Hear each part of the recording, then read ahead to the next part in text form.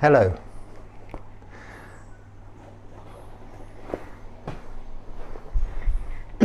Excuse me. Hello. Expectations and comparison. Now, I looked up the opposite to expectations, which was unsurprisingly surprise, or various alternative words of that nature. And what is surprise? It can be good, it can be bad. It is the unexpected. Expectations and comparison. Where is suffering? Where does suffering come from? Is it out there? Is it what we're seeing, hearing, smelling, tasting, touching, feeling? Is it what we're thinking about? This is what we think. The Buddha taught there is suffering. There is a cause of suffering. There is an end of suffering. And there is this path leading to the end of suffering. In fact, more specifically, he said, I teach just two things, suffering and the end of suffering. And I think we know this if we're Buddhists. If we're not, we know that all beings experience, from birth to death, degrees of suffering, as well as pleasure and enjoyment. But many of us fail to see the suffering that is there also in pleasure and enjoyment. Because if you take, for example, you go on a wonderful holiday. At the end of this wonderful holiday, you return to your ordinary life, and very often we suffer. Oh, that was so nice being on holiday, now it's back to this.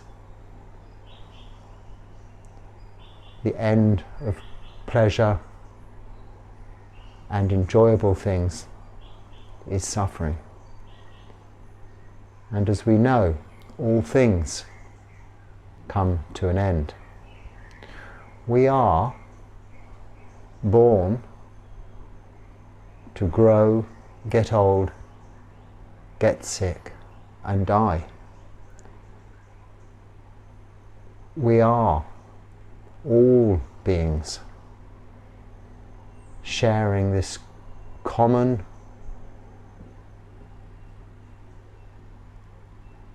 future of aging, sickness, and death. But we don't think about that, and that's okay.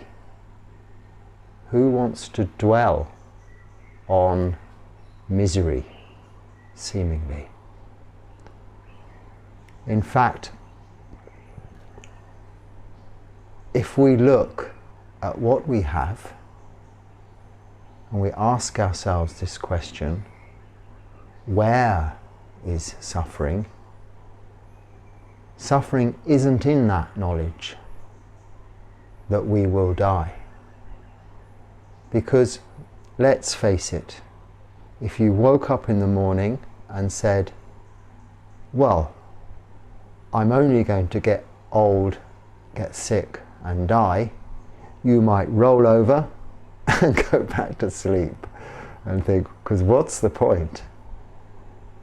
But we know that this, we hope, is a long way off, and we can experience so much joy, pleasure in life, and also contribute to the welfare and well-being of all beings, fellow humans, our families, our loved ones, our friends.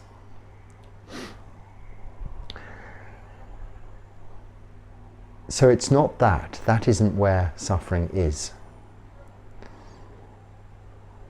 Where is it? Now, it can be looked at this way. Suffering is in expectation and comparison. Where is expectation? Well, we bring about expectation in our minds, in our thoughts, here and now, expectation of how we see the future. And we will generally run our lives in accordance with our expectations for improvement, for pleasure, for enjoyment, and a long and healthy, happy life. And this is where we start to bring in comparison to this current moment. What do I need to do today to improve for the future?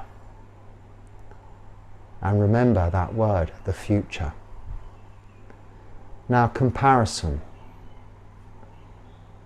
This is expectations, partner or relative.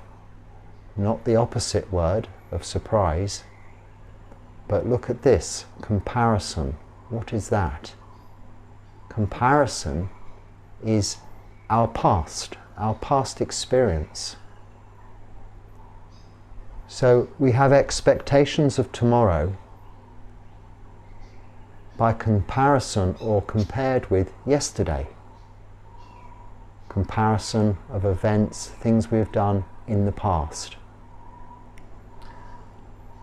So we're continually, in this moment, producing expectations and drawing comparisons to the past.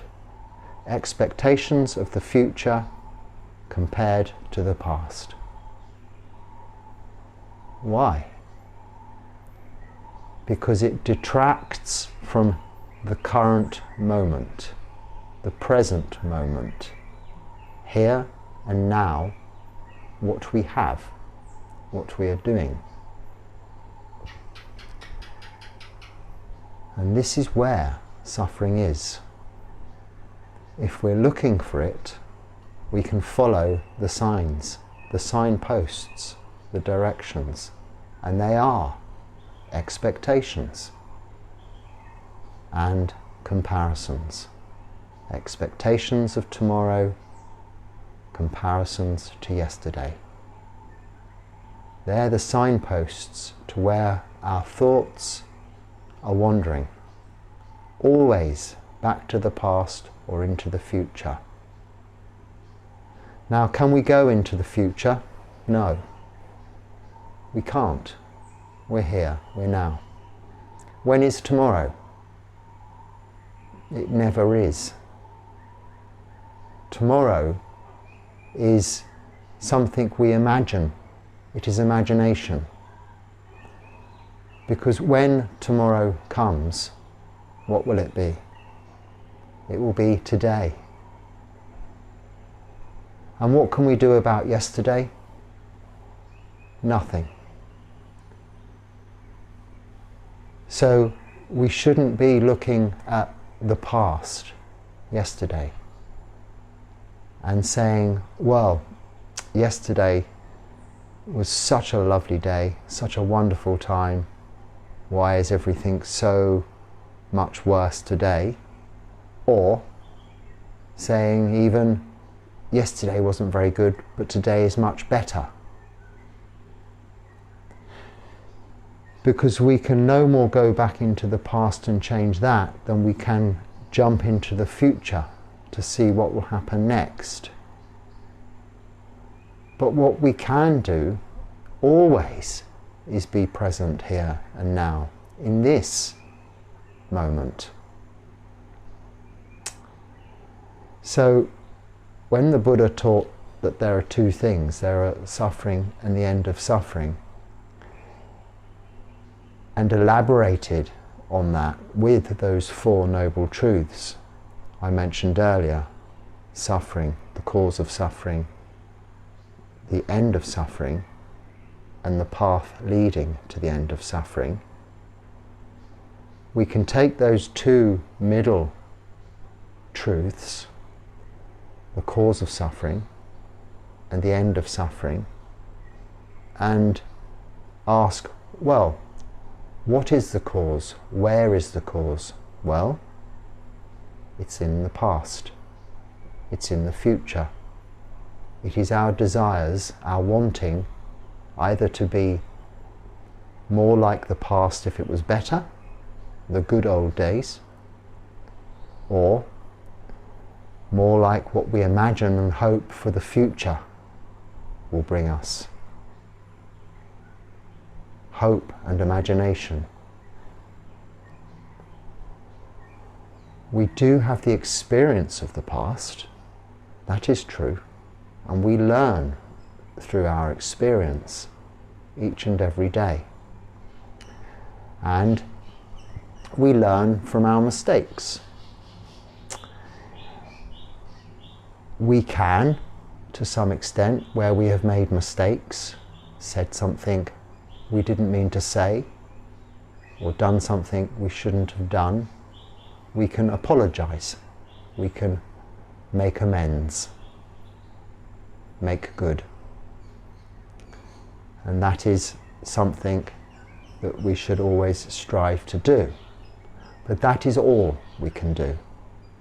There is no need, no point, no reason to dwell on what has happened in the past. Now, if you're watching this, often it is because you are looking to improve what you have now, whether it's spiritually or materialistically. And actually, I don't draw so much of a line between the two. Of course, they are polar opposites, this spiritual wealth and materialistic wealth. But if you have the skills to develop materialistic wealth, they are the same skills you need to develop spiritual wealth. But the end result is where the difference lies. Your materialistic gain will be lost. Even if you keep it until the day you die, you're not taking that with you. And then whatever your beliefs or non-beliefs, your spiritual wealth, you will not lose. Not in the near future, the distant future, and depending on your beliefs, even when you die. Because it's wisdom you have developed. Wisdom you have developed throughout your life by a practice of moral virtue and mental development. It isn't knowledge acquired, intellectual knowledge acquired from books, reading, gaining qualifications. No, that is like materialistic wealth. That is just borrowed. Information you borrow for this lifetime, not even that long. You could be diagnosed with dementia. You don't have to be that old. Alzheimer's disease, early onset Alzheimer's disease, many people, even without such sad conditions, start when you get older to lose your memory a little bit. So this again is temporary, impermanent. It's intellectual knowledge, just borrowed. But true wisdom is this understanding And what we're trying to do, however we see how we're trying to improve our lives, whether it's spiritual or through materialistic gain, wealth, money, assets, things, success, fame, fortune, what we're really all trying to do, all beings, from the little insects running around in here to ourselves, and I'm not putting anyone on any levels, we all need each other on this planet, okay? But talking about ourselves, you have this fortunate ability as being born in this human realm to make decisions about how we think, rather than just being reactive to our external causes and conditions. We can react to our external causes and conditions, or we can think mindfully before we react and make a difference. So we can choose if we want to be happy. This is the benefit we have by being human beings. We have that option, that choice. Now, you may not think you have the choice. Your life might be terrible, or you may be in a situation whereby, well, I can't be any happier, my life is perfect. You probably won't be listening to me if that is the case. I don't get many questions or by email or comments saying, oh, hey monk, my life is so good at the moment, it's all just so wonderful, my relationship is perfect, my job is perfect, my family are all doing so well, I'm so healthy, I'm so fit, and even my meditation, it's just great experience every time. Nobody actually asks me or tells me about that. Now, I'm sure there are people like that, but they're generally wanting to talk about the deficiencies we have, understandably, in those areas and how we can improve them, with the ultimate goal to being happy. So how do we be happy despite our external conditions? Because we should not blame those external conditions. Why?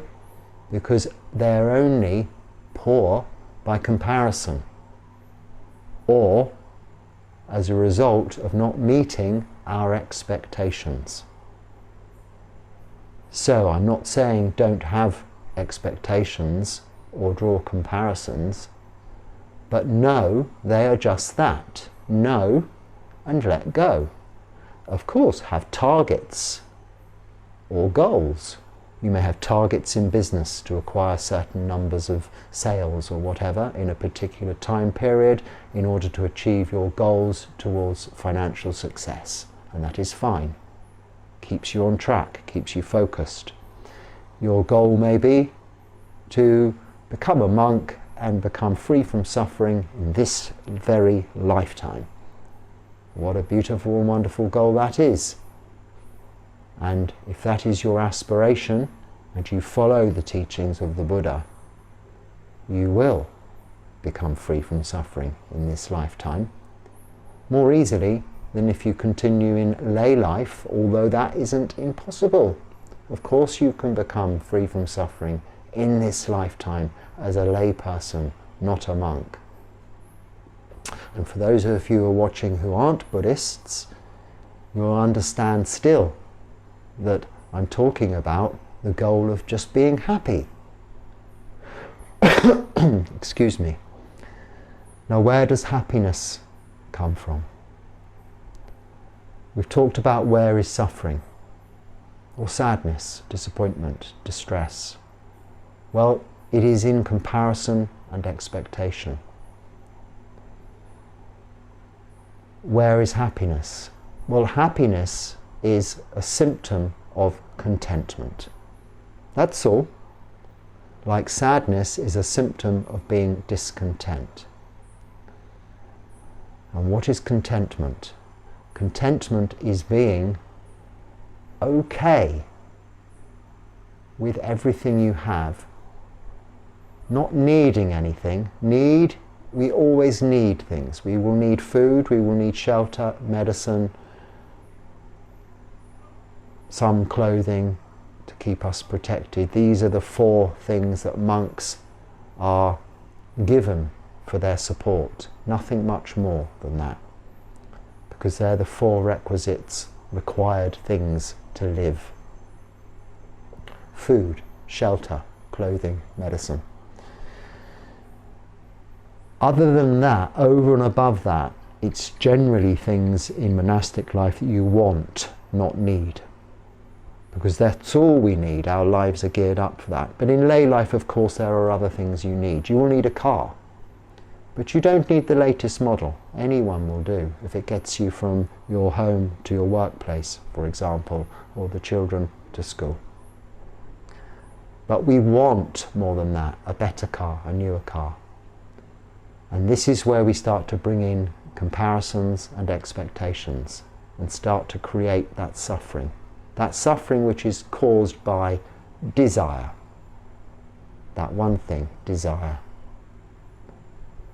But we can not necessarily eradicate desire.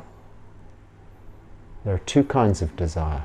We have 2 words in the Pali language, the Buddhist scripture language of Pali. Tanha,